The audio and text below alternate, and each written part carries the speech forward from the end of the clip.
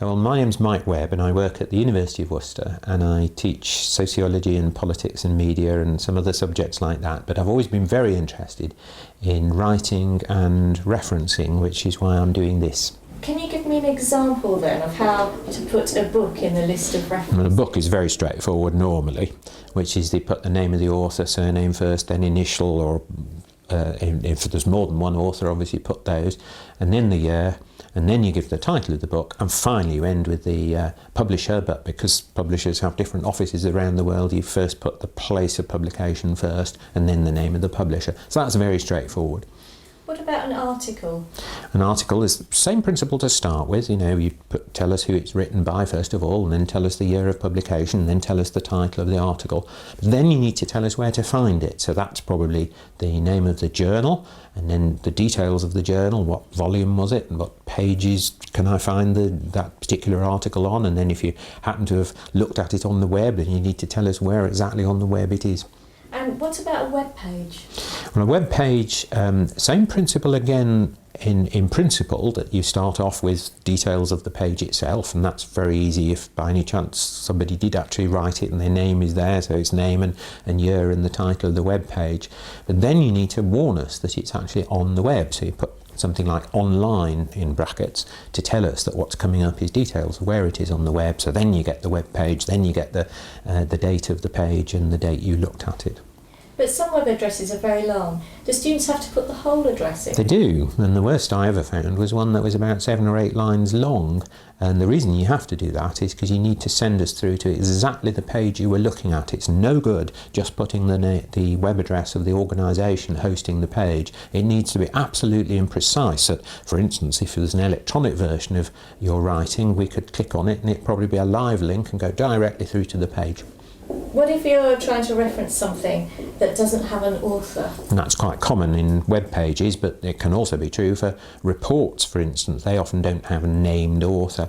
Well, there's 2 ways of handling that, but really you need to look at your guide that you're actually following. And one way of handling it is to have the organisation hosting the page or publish the report.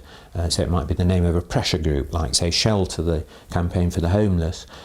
The second way of doing it, the alternative way, is to start with the title of the page or the title of the report. But again, look at your style guide and that'll tell you how to handle that. So, does something in each entry then need to be underlined or italicised? Yes, you always need to do one of those things. Again, you decide which it is or look in your guide as to whether it's italicised or underlined. But what you do is you underline or italicize the thing that people need to look for. So, for instance, if they're looking in a book, it's the book title you underline. If they're looking at a web page, it's the web address you underline. If you're looking in a journal, it's the journal title you underline. The thing they need to look for first. Do they need to put the items in alphabetical order? They do, but that's not actually always very straightforward. Sometimes, for instance, you need to bear in mind that if you've got the name of an organisation first, then words like the definite article should be omitted when you're thinking about where to place it in the alphabetical list. Go by the next word along the list. Above all, don't ever number the things in a list. That's very confusing. And another thing that can be confusing is sometimes you find an author's written more than one thing, and then what you normally do is put those in date order. What about the look of the list? That's really important. I think you need to sit back and look at your own list and make it look really nice and professional. And so, for instance, what I would commonly do is print it in a decent font size. I'd make sure that there's a line space between the different items in the list. I would normally indent slightly the second and third lines of each entry, and then you find it looks very nice and professional. If you don't do that, there's a danger people look at your list and think it's very scrappy and think all your work must be scrappy as well. And some items in lists seem to have page numbers and others don't. If you've got, say, a journal article or something like that, or an article in a book, you need to direct the reader as to where that article is, and the way you do that is you tell them the first and last page numbers. What you don't do in your list is you never tell them the actual page you were looking at. How do students know what needs to be referenced? Well, the important thing here is that what you need to do is reference anything that's specific. So, for instance, I think most people realise you need to reference a quotation, but it's much more than that. If you've got a specific fact in there, you need to say where that came from. More than that, any specific point, for instance, if it was based on some author's argument, you need to reference that as well. The only thing you don't need to reference is where you're putting your own points in. So would a student need to reference other people's ideas? Yes, that's really important, and you might, for instance, name the author in your sentence if you thought they were really important. Somebody might have a name like Mitra, and you could say Mitra has a really interesting idea, and then in brackets afterwards put where precisely that's from. But if you didn't want to name them in the sentence, you would still put the reference at the end of the point. And when referencing in the text or the body of the assignment then, where do they actually put the reference? It's really important that it's put straight after the point. And I've found some people who think, oh, it's all right, I'll wait and stick it in at the end of the paragraph. But that leaves the reader very uncertain what point is actually being referenced. So what you need to do is reference straight after the point that you are referencing. And if you need to use that reference again later on in the paragraph or in another paragraph, then do so. Then it's clear what you're referencing. So when referencing in the text, then, in the body of the assignment, what do students actually put? Well, what you'll do is you'll go to the entry in the list of references at the end, and you'll put the same thing that started with. So if it started with the name of an author and then a year, that's what you put. Or if it's the title of a report, that's what you put. But you also put a very precise page number as to exactly where people can find the information that you're referencing. The only time you won't do that is if it's a very general argument from, say, a whole book, or if it's something that genuinely doesn't have pages, like some of the Webb pages don't. I've seen references in text where there are no page numbers then. Is that wrong?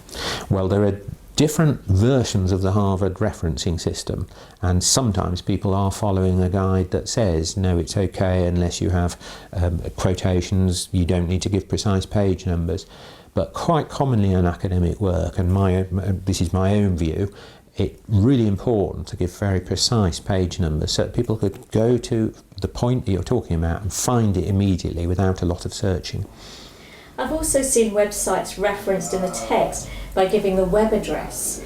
Is that wrong to do that in the body of the assignment? Yes, that is definitely wrong. That's people who don't really know how to reference. So if you reference properly in your list at the end, either by the author who wrote the web page, or the organisation, or the title of the page, that's what you'll put. And only when people look in the list at the end will they find it's an online piece of information. What about something that students haven't read themselves, they've just seen it mentioned in something else? Well, that's called, some people call that secondary referencing or citing. So what will happen, for instance, is if something is written by somebody called Mitra, and say the book you were reading was by somebody called Sanderson, and what you do in your reference is you'd say Mitra 2006 cited in Sanderson 2007. So that's really like a detective trail. So what you're saying to the reader is you say, if you go and find the book by Sanderson and look it up, you'll find their explanation of the point by Mitra and all the details of the point by Mitra. So is that how they'd reference it in the body of the assignment or the list of references? Well, the normal convention is to do that in the body of the assignment, in the text itself. But again, you always need to follow your guide, because some guides tell you to do it a different way. And any final tips for students? Well, I think the thing is to have a go, particularly if you're relatively new as a student. You'll get feedback from your tutors. They will hopefully identify any mistakes you're making, and you can compare that with other students, and next time you can improve your referencing until you know you've got it absolutely perfectly. The only other thing I would say, and this is a bit controversial, is not all tutors themselves always get it right. So if a tutor says that you've done something wrong, by all means go back to the tutor and say, why do you think I've done that wrong? Is that written down somewhere? And follow it up, rather than just take it as some indication that you don't know how to reference. Thank you very much, Mike. Thank you.